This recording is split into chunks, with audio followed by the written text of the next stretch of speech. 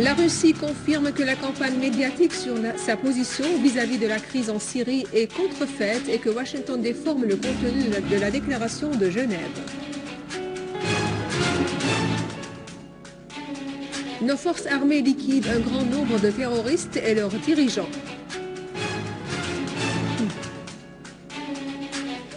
L'association des journalistes d'Antioche affirme que le gouvernement Erdogan est responsable de la transformation de Rihaniye en un centre de terrorisme.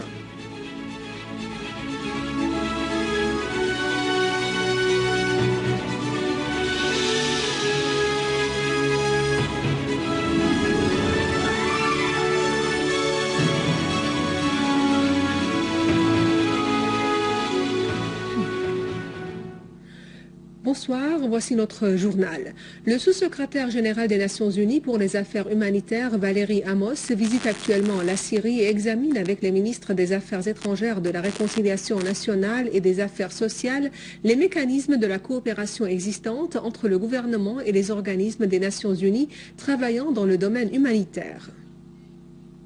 De la coopération positive de la Syrie avec tout effort international destiné à aider le peuple syrien face au terrorisme, M. Walid El-Mouallem, ministre des Affaires étrangères et des expatriés, a rencontré le sous-secrétaire général des Nations Unies pour les affaires humanitaires, Mme Valérie Amos.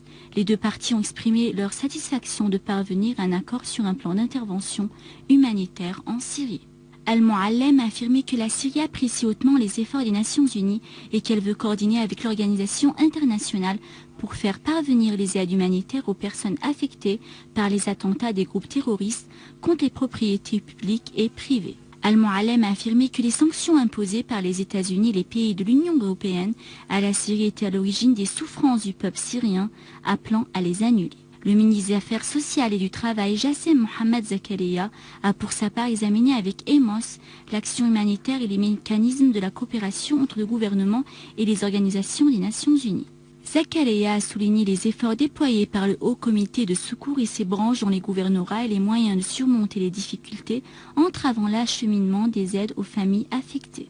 De son côté, le ministre de la Réconciliation nationale, Ali Haïdar, a examiné aussi avec Valérie Amos les efforts des Nations Unies afin de fournir les aides humanitaires nécessaires au peuple syrien, appelant les organisations internationales à être crédibles dans l'octroi des assistances humanitaires via le gouvernement et les institutions civiles opérant dans le domaine du secourisme. Pour sa part, Amos a hautement apprécié les efforts déployés par le gouvernement syrien dans son action humanitaire visant à faciliter les tâches de l'Office des Nations Unies et a confirmé que son bureau à Damas continuera à fournir les aides humanitaires en coordination avec le gouvernement syrien. Le vice-ministre russe des Affaires étrangères Mikhail Bogdanov a déclaré que Washington a déformé le contenu de l'entente de Genève. Le vice-ministre russe des Affaires étrangères a précisé que les États-Unis ont pris des décisions unilatérales en dehors de l'entente de Genève. Les allégations américaines concernant des changements dans la politique russe sont fausses et les États-Unis ont interprété à leur guise les déclarations de Bogdanov en présence de certains membres de la Chambre sociale de Russie. Bogdanov a ridiculisé les allégations américaines prétendant que la Russie s'est ralliée aux positions des États-Unis, précisant au cours d'une déclaration à la chaîne satellitaire La Russie aujourd'hui que les positions de principe de la Russie restent identiques à celles qui étaient convenues avec les Américains à Genève en juin dernier. Bogdanov a souligné que la désinformation américaine est fondue sur une mauvaise interprétation de ces idées discutées à la Chambre sociale de Russie. Il a souligné que l'entretien a porté sur les développements de la situation sur le terrain en Syrie et que les affirmations de l'opposition syrienne qui prétend contrôler un pourcentage du territoire syrien sont fausses et que les Turcs parlent de chiffres faux. D'un autre côté, le ministère russe des Affaires étrangères a démenti tout changement des positions russes et a noté que certains médias occidentaux ont promu des propos attribués à Bogdanov jeudi dernier qui ont été catégoriquement démentis par les affaires étrangères russes. L'ambassadeur russe au Liban, Alexandre Zassipkin, a réitéré la position de son pays appelant à faire cesser la violence en Syrie et à parvenir à un règlement politique de la crise dans ce pays selon la Convention de Genève. Dans une interview au quotidien libanais Ad-Diyar, Zassibkin a précisé que la Russie est contre le trafic d'armes en Syrie, le financement et l'armement de l'opposition, car elle croit en la nécessité de déployer tout effort pour engager un dialogue. Par ailleurs, Zassibkin a souligné que la coalition de l'opposition de Doha œuvre en vue de démanteler les institutions de l'État syrien pour diviser la Syrie, mais la Russie mettra fin à ces plans.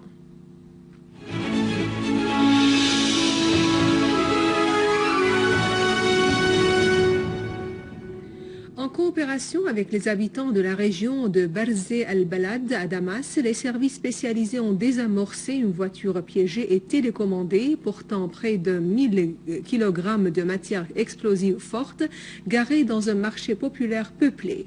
Les habitants de Barzeh ont condamné ces actes criminels, estimant que ces tentatives visent à tuer le plus grand nombre de personnes innocentes, affirmant que le terrorisme ne portera pas atteinte à la fermeté du peuple syrien face à la conspiration ennemie.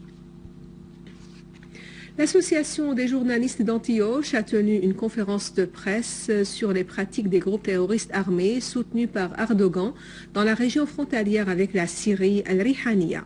Les journalistes participants ont affirmé que la région Al-Rihaniya est devenue un centre et un foyer de terrorisme contre les deux peuples turcs et syriens sous la protection du gouvernement Erdogan. Ainsi s'achève notre journal. Je vous remercie de l'avoir suivi. Passez une très belle soirée sur notre chaîne. Il me reste de vous rappeler que vous pouvez consulter notre site internet syriaonline.sy pour revoir ce journal et davantage d'informations. Merci, au revoir.